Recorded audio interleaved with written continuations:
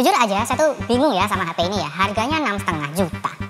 Bukan 6,5 deng, 6,4 juta, 6,399. Ketika kalian beli itu nggak ada kepala charger, nggak ada screen protector, nggak ada jelly case. Disunat abis-abisan, cuma dikasih kabel doang, serasa kayak beli HP bodong. Udah harganya segitu, dipakai buat ngegame, aduh. Settingannya ML cuma kebuka segitu aja. PUBG udah kebuka segitu aja settingannya. Udah kayak HP 2 jutaan gitu loh. Rasanya kok mahal banget. Udah gitu kalau main ngegame ya performanya rata-rata HP 3 jutaan sih kayaknya sih.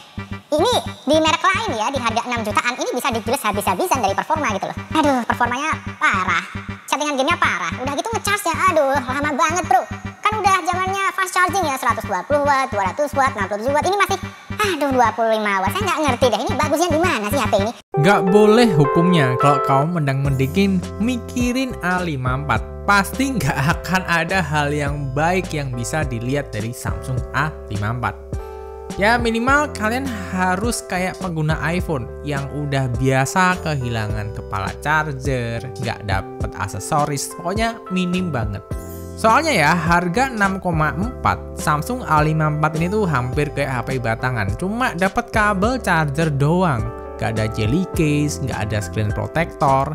Tapi ya ini dari mata kacamata yang bukan kaum mendang-mending, Samsung A54 ini malah terlihat keren ya. Kenapa? Karena desainnya ini bagus banget, kayak Samsung S23. Saya suka banget dimana Samsung mensamaratakan desainnya dari HP murah sampai HP flagship. Keren. Lalu untuk seri A54 ini akhirnya pakai material kaca. Dimana saya tuh nggak beli yang Samsung A52 atau Samsung A53 karena males. HP mahal kok bodi plastik. Apalagi di Samsung A52s banyak kejadian kasus bodinya ngangkat sendiri, persis kayak yang ada di teman saya. Tapi kali ini udah bagus kok pakai bodi kaca yang materialnya tentu kerasa premium di tangan. Kalau untuk framenya ini jelas plastik ya, walaupun banyak YouTuber yang bilang ini frame besi. Tapi enggak, ini bukan metal, ini adalah plastik karena nggak ada garis antenanya. Lalu waktu di ruangan ber-AC juga nggak kerasa dingin. Tapi jelas Samsung A54 ini jauh lebih baik daripada Samsung A52 dan A53. Tahun ini kayaknya semua brand HP ngegas ya, keluarin seri smartphone-nya. Dan lagi-lagi saya melarang tim mendang-mending buat beli HP ini karena beneran deh, kaum mendang-mending yang suka ngegame pasti akan sedih karena gamingnya tuh jauh dari kata HP 6 jutaan. Settingan optimalisasi gamenya itu kurang banget. Lalu secara performa juga nggak kenceng-kenceng amat. Kerasa banget di game-game mainstream kayak MLBB dan PUBG. Kalau untuk Genshin Impact juga kerasanya kurang banget sih untuk performanya kalau mau main di rata kanan. Cuma kalau kalian main di settingan yang udah diberikan itu gak ada masalah kok, no problem, enak-enak aja. MLBB di settingan high juga aman kok, PUBG juga gironya aman, jadi nggak masalah sebenarnya. Cuma memang nggak dapet settingan rata kanan, apalagi Genshin Impact ya, sebetulnya masih playable. Cuma kalau kalian ngarep di rata kanan, mending kalian jangan ngarep deh, karena ini performanya bukan seganas itu. Tapi segmen dari Samsung A54 ini tuh berbeda dari kaum mendang-mending yang seringnya ngegame rata kanan, kencang, FPS tinggi. Karena Samsung A54 ini lebih menyasar kepada user-user yang memiliki kebutuhan daily aja. Kalau dikatakan kebutuhan daily, Samsung A54 ini terbilang enak sih. One UI bisa ini dan itu. Smooth, no iklan, dan sangat memikirkan kenyamanan penggunanya tuh biar enak gitu. Software juga ngasih yang terbaru ya, di Android 13. Udah gitu kalian dapat jaminan 4 generasi sampai Android 17. Masih dapat loh, mantep banget kan? Jelas ini bukan HP daily dengan performa yang ganas untuk ngegame rata kanan. Tapi kalau kalian penggunaannya 3 tahun untuk daily dan game tipis-tipis, fix aman banget. 4 tahun juga hajar deh. Kameranya juga mantep loh. ISP dari Exynos 1380 mirip kayak Snapdragon. Apalagi dipaduin dengan Sony IMX766 yang ada optical image stabilisasinya. Ini mantep sih. Hasil foto-foto aman lah. Cakep post processingnya Samsung memang.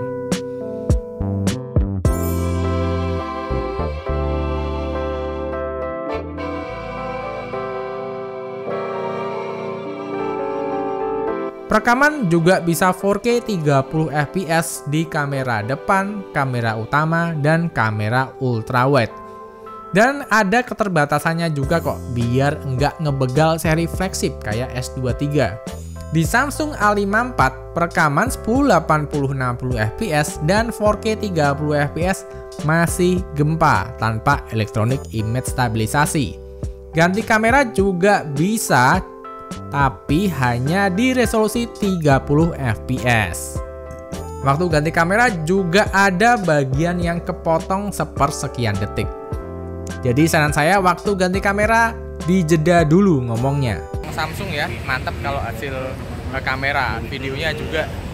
Walaupun sekarang kestabilannya cuma ada di 1080 30 fps aja. Kalau yang 60 fps dan 4K-nya belum ada kestabilan. Tapi di sini Samsung bisa ganti kamera seperti ini ya. Nah, ini adalah perekaman kamera belakang dari Samsung A54. Seperti ini hasilnya kalau dibawa jalan.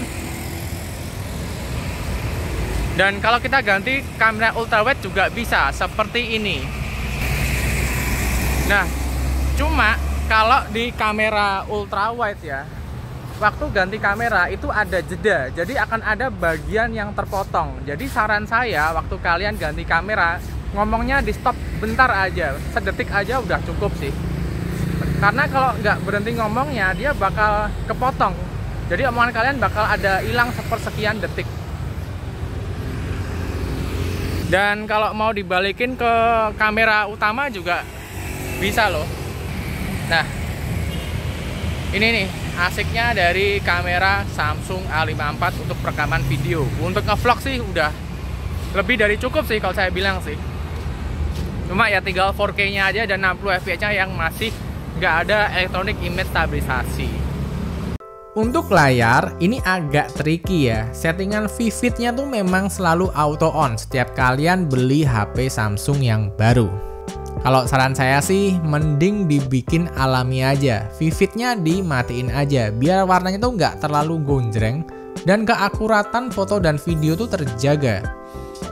Cuma memang ya, settingan Vivid yang ada di layar Samsung A54 ini tuh kadang bisa membuat video, foto, ataupun film yang lagi kamu tonton bisa terlihat jauh lebih menarik. Apalagi dengan refresh rate 120Hz ini juga aman kalau dibuat scroll-scroll.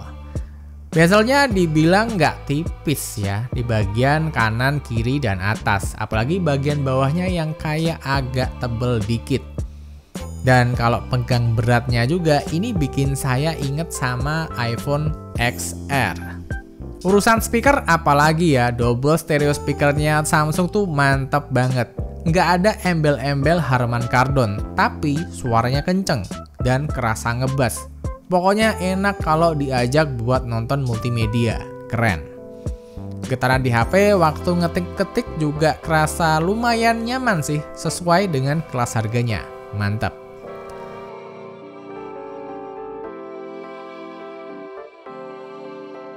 Di Samsung A54, kalian tuh juga dapat IP67 yang hadir untuk memberikan kepastian keamanan bahwa HP kalian masih selamat kalau nggak sengaja ketupan air minum atau jatuh di genangan air tawar. Tapi ingat, ini hanya untuk kejadian yang nggak sengaja. Jangan niru-niru YouTuber ya yang suka celap-celup HP-nya, karena mereka tuh cuma dipinjemin aja, kagak beli sendiri. Karena garansi tetap angus kalau HP kalian tiba-tiba rusak karena kemasukan air. Remember that. SIM tray hybrid, jadi masih ada opsi buat kalian nambah memori. Kalian bisa pakai dual SIM atau satu SIM dengan micro SD. Dengan pemahaman yang baru, Samsung A54 ini menurut saya bagus. Exynos 1380 juga not bad ternyata. Samsung mulai pinter nih bikin chipset ya. Walaupun untuk settingan MLBB, high frame rate dan high grafisnya terasa cepet hangat di 41 derajat Celcius. Screen on time yang saya dapat waktu gabut di hari Minggu dengan pemakaian full sinyal kartu Bayu, settingan standar dengan skenario scroll TikTok, scroll reel, upload foto, upload video, dan main MLBB War 4 kali, saya bisa dapat SOT ada di 6,5 jam. Jadi ini aman lah ya kalau mau diajak keluar seharian. Samsung A54 ini mendukung pengecasan 25 watt fast charging, tapi nggak dapat kepala charger, bikin bete. Untuk kecepatan chargernya ada di 1 jam 20 menit, walaupun melambat di 90% hingga endingnya ya mau 2 jam. Dan itu skenarionya ketika saya ngecharge pakai kabel dan kepala dari charger third party, bukan charger asli dari Samsung ya. Kalau saya berandai-andai ya, andai aja nih di masa depan tiba-tiba Samsung mau memberikan perbaikan optimalisasi game dan kestabilan yang merata di perekaman video, bisa saya bilang HP mid-range terbaik Samsung beberapa tahun ini adalah Samsung A54. Apalagi kabarnya Samsung A7 itu nggak ada tahun ini. Jadi bisa dibilang Samsung A54 ini bakal jadi handphone terjos dari Samsung seri A. Gini-gini saya pengguna Xiaomi 12T loh, dimana performanya hampir 2 kali lebih kenceng daripada Samsung A54. Chargernya 3 kali lebih kenceng daripada Samsung A54. Bahkan kalian dapat aksesoris kayak kepala charger, kayak jelly case, kayak screen protector juga ada. Tapi saya bisa paham banget kok kalau kalian tuh pilih Samsung A54 ini dan merasa puas ya. Karena di Samsung A54 ini tuh kayak ada kesan pas dan manis-manisnya gitu. Entah kenapa terasa menyenangkan walaupun berbeda. Jadi segitu aja review yang bisa saya bagikan dari Samsung A54. Segitu aja videonya, dan buat teman-teman yang udah nonton dari awal sampai akhir, saya ucapkan terima kasih dan sampai bertemu di video berikutnya. Bye-bye!